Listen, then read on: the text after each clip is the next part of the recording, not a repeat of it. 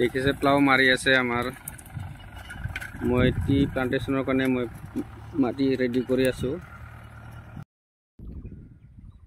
Hello' friends, welcome to my channel NK agro. মই আজি ইয়াৰ চাহ গাছ লগোৱাৰ কাৰণে মাটি ৰেডি কৰিবৰ কাৰণে হাল মাৰিব দিছো।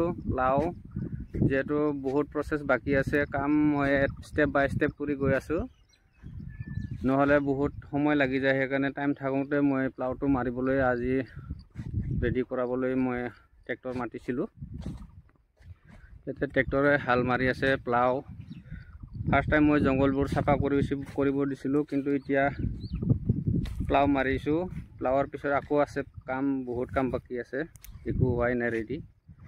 সেইকাৰণে আপোনালোকে চাই থাকক মোৰ ভিডিঅ'।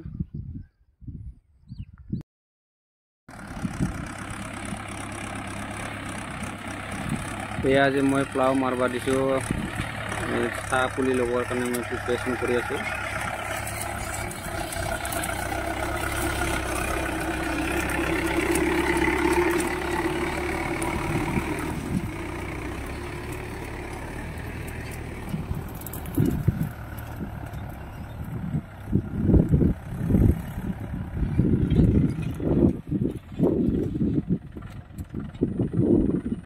মাটি চাওক আপোনালোকে কেনেকুৱা ধৰণৰ মাটি,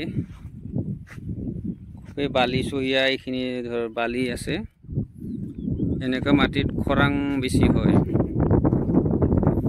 যেতিয়া নৱেম্বৰ, ডিচেম্বৰ, জানুৱাৰী, তেতিয়া আমাৰ এই মাটিডোখৰ খৰাং হৈ পৰিব। বালি চহিয়া মাটি, ইয়াতে একো দেখা নাযায়। দেখিছে,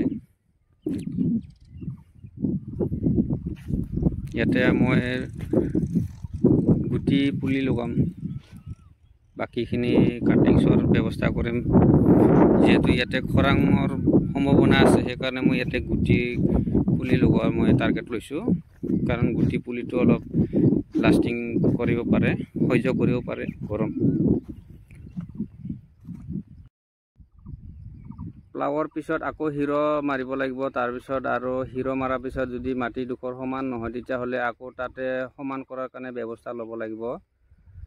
মাটিডোখৰ যদি সমান নহয়, তেতিয়াহ'লে আমাৰ চাহ ৰোৱাত অসুবিধা হয়। যিহেতু পিছত চাহ গছজোপা যেতিয়া বৰষুণৰ পানী যেতিয়া জমা লাগে, তেতিয়া চাহ গছজোপা মৰিবলৈ আৰম্ভ কৰে। সেইকাৰণে আমি ফাৰ্ষ্ট টাইম সমান কৰি ল'ব লাগিব মাটিটো, নহ'লে চাহ গছে আমাৰ মৰিবলৈ ধৰে লাহে লাহেকৈ।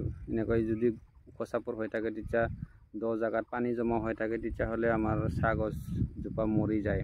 সেইকাৰণে আমি এতিয়া যদি সমান কৰি নলওঁ, তেতিয়াহ'লে আমাৰ সেই সমস্যাটো দেখা নাপাওঁ সমান কৰাৰ পিছত। টি প্লান্টেশনৰ কাৰণে মই মাটি ৰেডি কৰি আছোঁ। আজি প্লাউ মাৰিবলৈ দি আছোঁ। বহুত লং প্ৰচেছ কাম আছে, বহুত বাকী আছে। জংঘল বহুত আছিল, তো সেইকাৰণে অলপ হাল মাৰাটো টাইম লাগি আছে। এইবিলাক মাৰা হৈ গ'ল। এয়া দেখিবলৈ পাইছে আপোনালোকে কি ধৰণে কিমান জংঘল আছিলে আগতে। মই এতিয়া হাল মাৰাৰ পিছত ইয়াত পুৰা কমপ্লিটলি দেখিবলৈ পাইছে সমান হৈ গৈছে। কিন্তু ইয়াতে আকৌ এবাৰ ইয়াতে প্লাউ মাৰিম মই, যিহেতু মাটিডোখৰ একদম ওখচাপৰ হৈ আছিলে, কিন্তু ক'ৰবাত জেগাতে নাঙল লগা নাই। সেই জেগাত মই আকৌ এতিয়া ছেকেণ্ডবাৰ আকৌ প্লাউ এবাৰ দিম, তাৰপিছতে ৰেডি হৈ যাব। প্লাউ আৰু হিৰৰ লগতে মাৰি থৈ দিম।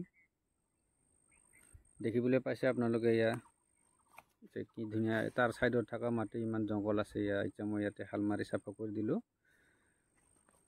অলৰেডি আমাৰ আধা কাম হৈ আহি আছে। তাৰপিছতে আপোনালোকে চাই গৈ থাকিব যে নেক্সট ষ্টেপ কি হ'ব। মই আপোনালোকক সকলো দেখুৱাম পাৰ্ট বাই পাৰ্ট। এনেকৈ যদি ৰোৱা হয়, তেতিয়াহ'লে চাহ গছৰ আমাৰ মৰাৰ সম্ভাৱনা থাকে। কাৰণ ওখচাপৰ মাটি, য'ত নেকি দ ঠাইত আমাৰ পানী জমা লাগে, আৰু পানী আমাৰ চাহ গছে সহ্য কৰিব নোৱাৰে। য'ত নেকি খাল আছে, সেইবিলাক আমি সমান কৰি লেবেলিং মিলাই ল'ব লাগিব। তাৰপিছতহে আমি টি প্লান্টেশনৰ কাৰণে ৰেডি কৰিম। নহ'লে আমাৰ চাহ গছজোপা পিছত গৈ মৰাৰ সম্ভাৱনা থাকে। পানী য'ত নেকি জমা হৈ থাকে, বৈ নাযায়, তাতে চাহ গছ মৰে। সেইকাৰণে আমি ফাৰ্ষ্ট টাইমতে আমি ৰেডি কৰি ল'ব লাগিব। আৰু ড্ৰেইন ইয়াতে মেইন প্ৰয়োজন হ'ব।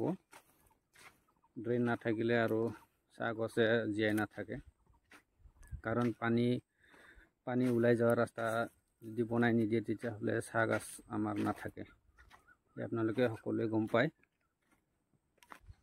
কি ধুনীয়া লাগিছে আপোনালোকে চাব পাৰে। এতিয়া জংঘল নাইকিয়া হৈ গ'ল। ইয়াতে মোৰ অলপ কাম আছে, এই জংঘলবোৰ মই সাইড কৰি এটা জেগাত জ্বলাব লাগিব। সেই ওখ চাপৰ হৈ আছে মাটিডোখৰ, এইবিলাক সকলো লেবেলিঙত আনিব লাগিব। হাল মাৰা ঠিক হোৱা নাই, ছেকেণ্ড টাইম আকৌ মাৰিব লাগিব। ঠিক আছে, আপোনালোকে কণ্টিনিউ চাই গৈ থাকিব মোৰ ভিডিঅ', আৰু লাইক কৰিব, শ্বেয়াৰ কৰিব, কমেণ্ট কৰিব।